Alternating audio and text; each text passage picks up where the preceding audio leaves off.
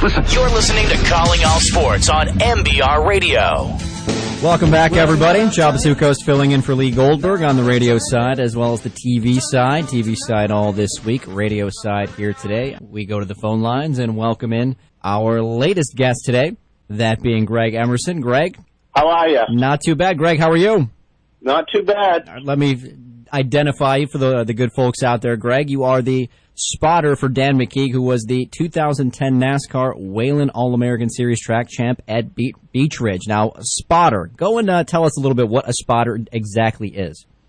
I am basically his eyes from above the track. I stand at the top row of the bleachers or someplace up high where I can watch the action in front of him and behind him and evaluate how the race is going, and I also let him know where other cars are that are around him and stuff like that, because, I mean, the Pro Series are going into the corner approximately 100 miles an hour at Beach Ridge, and he doesn't have a lot of time to look around, you know? No, absolutely. Now, I guess when you're spotting, or when, I guess what's your whole strategy? What do you try to get across to him, seeing how obviously you're seeing everything, and in terms of a strategy or game plan? Because I'm assuming you have one every time you go into a race. Yeah, we pretty much do. I let him know if somebody's faster and they're coming up onto him, if they're looking to the inside or looking to the outside, and if they get up on him and get position. Like I'll be like inside quarter, and as long as they're there, and then if they get up to the door, I'll be inside door or outside door, wherever they are in relationship to them. And also, if he's passing somebody, I'll be like, they're inside door, quarter, clear, or whatever. Wherever they are in relation, and our game plans vary week to week, depending on what the race looks like in front of us. Joined alongside Greg Emerson, the spotter for Dan McKeague, the 2010 NASCAR Whelen All-American Series track champ over at Beach Ridge. Greg, how did you get into spotting? I've been in racing since I was 15 years old. Well, I've been in it my whole life, but I got into racing when I was like 15, so I've been involved in racing for 23 years. And about 10 years ago, I was just a regular crew member. I'm really involved with the chassis side of the car and stuff like that. And so a spotter needs to be somebody who watches the race and knows how the things are going to play out, and also can look at the car and see if they can notice things from the outside of the track. And like 10 years ago or so, Dan asked me to try it out, and our relationship back and forth, which is a big key to spotting, is really, really good as far as I can sense what he's feeling in the car and see different things. It's almost like we're on the same wavelength type of thing. Now, for us out there, when we see the cars whirling around in a circle, we're so focused, I guess, on the lead car and, I guess all the interaction that's going out there. But let's say if you're a guy in the middle of the pack, I guess how do you approach, what kind of strategy, what kind of like chess kind of thinking do you have to kind of maneuver and work your way up through the pack? You really use the key word right there, because it is like a rolling chess game in a sense. I mean, I have to be looking ahead to make sure that a crash doesn't happen and he drives into it, but I also have to be seeing if a car is dropping back through the field so I don't get him in the wrong lane. And also I have to, if he gets out to a sizable lead or something like that, I have to be watching the middle of the pack so that I know if a caution's coming. I get people that ask me all the time, "Oh, did you see that?" During a race, and I don't see anything. I watch that car and ahead and behind, and my eyes are moving constantly. And a few years ago, Andy Austin, the track announcer, dubbed me the Owl because I standing up high in my perch, and my eyes are always moving. You're listening to Calling All Sports. Chad Basuco is filling in for Lee Goldberg, along with our guest here, Greg Emerson, the spotter for 2010 NASCAR Whelen All-American Series champ, Dan McKeague. Now, Greg, you have an interesting little dynamic as well with Dan in the sense that his wife, Laura, also drives over at Beech Ridge. What's that like, dealing with the family? I know racing a lot of times is a very family-oriented sport, but I guess rarely is it ever into the male-female dynamic. It's a different aspect because I take care of a lot of things on the team. Besides spotting, we all have like multitask jobs or whatnot. And, you know, without the other guys on the team, Todd and Chris Robbins and Ed Robbins and those guys, you know, and Jason, we couldn't make everything happen. We run like 5 cars out of our shop because we run the Pro Series, the Sports Series, and we have 2 past Sportsman cars that we run. So we're pretty busy.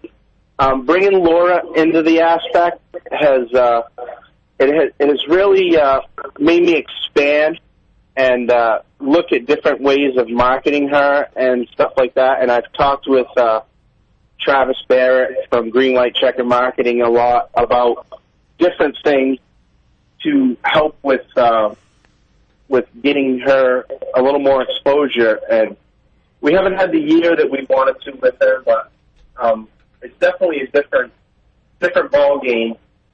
Okay, now switching subjects, I guess circuits more or less, considering you're affiliated with the NASCAR series. I'm assuming you're a NASCAR guy. I know you guys were working super late on Saturday as well. What did you get any of that race down in Daytona after the fact?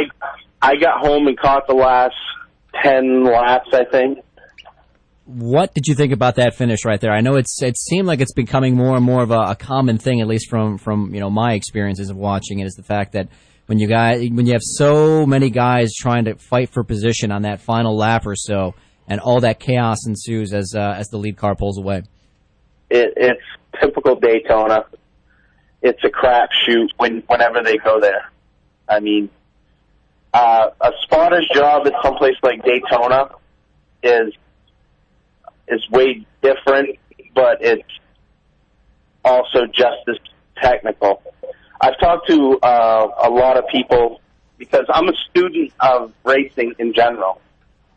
So I talk to a lot of people that do spotting on the top levels, and they always tell me if you can do it at a local short track and be successful, then you could move anywhere you wanted to. Is that something you've considered? With the right circumstances. I mean, I'm almost 40 years old and have a family and stuff like that, and we're in Maine, and it's, you know, if I was a younger man, I probably would. But it makes people think there are other jobs in NASCAR other than just being a driver or over the wall guy. Mm-hmm. There's spotters, there's marketing personnel. I mean, social media's gone gangbusters in the last couple of years. We got the race coming up in Loudon this week. Have you ever made it out there for an event? Oh yeah, in 2001 I was part of Dale Shaw's Bush North crew. Oh wow! So we actually raced at Loudon, and I was actually on the team when we won a race at Dover International down in Delaware. So I have pictures of me in Victory Lane at Dover. Now, I know you're certainly invested in the sport in many respects, considering you're a working man to it. You're a working man in it to a certain degree, and but you're also a fan as well. What's it like when you can you look at it through a different set of eyes when you're just there purely as a spectator? It's tough. Excuse me. It's tough. But this past Saturday night, we didn't race our Pro Series car because the Pro All-Star Series were in town. And I had a couple people ask me to spot for the for them for the Pro All-Star Series race.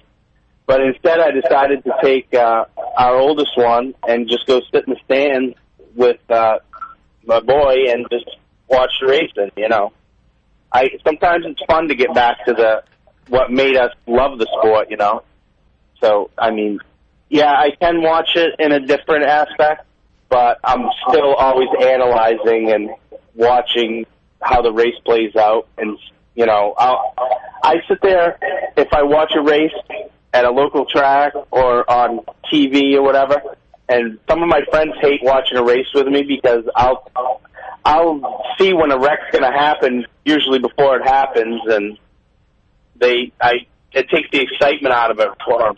Yeah, no, I could totally agree. Any guys you follow or root for in particular? In the Sprint Cup, yeah. In the top series? Yep. I like Dale Jr. Yep. Just because, but I'm a fan of talent. Sure. You know, a lot of people discredit Kyle Busch because of his attitude, and also Kurt Busch because of his attitude. But both of those guys can drive a race car like nobody's business. Also, Tony Stewart. You know, I don't have one particular guy I root for, but I like to see underdogs win. I like to see a guy showcase his talent. Greg, thank you so much for taking the time. We'll let you be. I'm sure you probably got more than enough on your plate today than to be wasting your time too much more with us, but we certainly do appreciate you taking the time. No, thanks very much for having me on. It was great. Anytime, I'm willing and able to do it. And if any of you guys ever want to get down to the track on a Saturday night, come hang out with us, Naughty 40 team. I'll hook you up with the radio. You can listen to me at work. All We're looking forward to it. Greg, thanks again. Thank you. Bye-bye. Greg Emerson, the spotter for Dan McKeague, the 2010 NASCAR Whelen All-Pro Series champ over at Beech Ridge.